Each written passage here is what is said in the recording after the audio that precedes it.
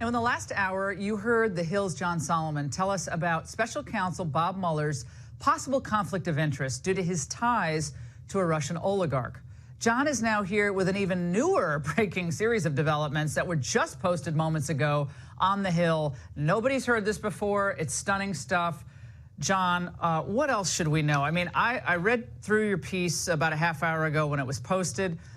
Now we find out that in September of 2016, that's right, Oleg Deripaska, who's this guy made out to be this big boogeyman by the political parties and by even our government, on a sanctions list, he's visited by 3 FBI agents who want him to do what? Yeah, it's great. So he's already been very helpful to the FBI. He spent $25 million of his own money trying to help them rescue one of their captured agents in Iran. So he has their trust.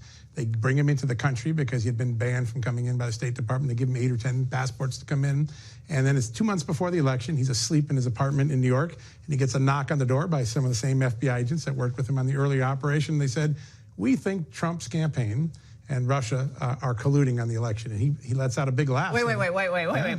Yeah. The agents say to a Russian billionaire. Yes, close to Putin. Supposedly close to Putin. That's I mean, right. all the billionaires know Putin. True. It's like all the billionaires in the United States know that's Trump, and all the politicians. Like, they always say that's like not a big deal. Right. But they say to him, we have an idea or a theory that he's colluding through what? Paul Manafort? Paul Manafort was the person they mentioned, they thought. And here's the funny part. Oleg Deripaska had a tortured relationship with Paul Manafort. He hired him as a political consultant, wasn't happy with that, gave him some money for an investment.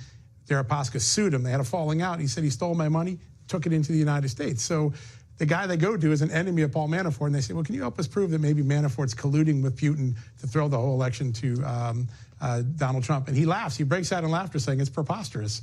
And he said, no, seriously, take this seriously. And no, I'm telling you, it's not true. I don't like the guy. Listen, I'd love to smear him. I'm telling you, there's no chance that Russia is using Paul Manafort to coordinate an election. And that's important for 2 reasons. It's 2 months before the election. It's before the FISA application. And here's someone that the FBI trusted previously to give them reliable information, spend his own money doing FBI work. And now they're telling him no collusion. Does the FISA court know this?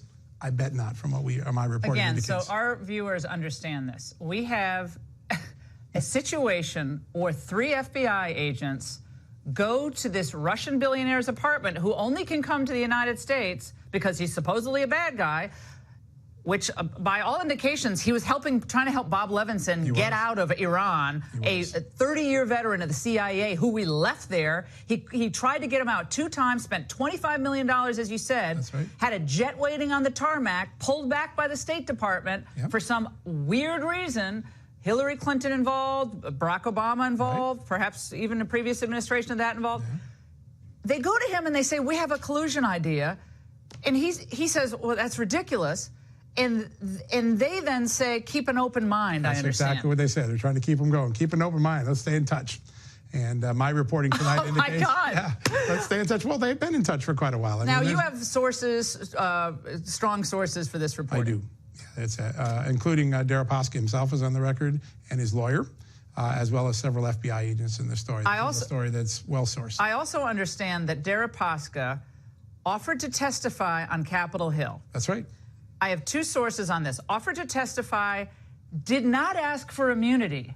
It was reported by the New York Times falsely that he asked for immunity to testify. And also, I think someone in Congress also repeated that. Correct me if I'm wrong. So what I know... He did not ask for immunity. That's Why right. are they smearing this guy? It's like, why are they smearing this particular person? I mean, he's someone who spent $25 million to try to get that patriot Bob Levinson out of Iran. Yeah, there's a black hat, white hat, black hat syndrome with him. He's a bad guy for a while, probably treated that way.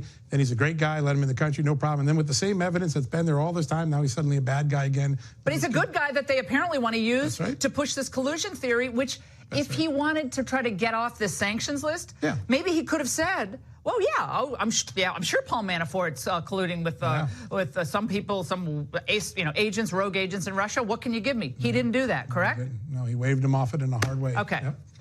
Let's bring into this discussion. This is unbelievable.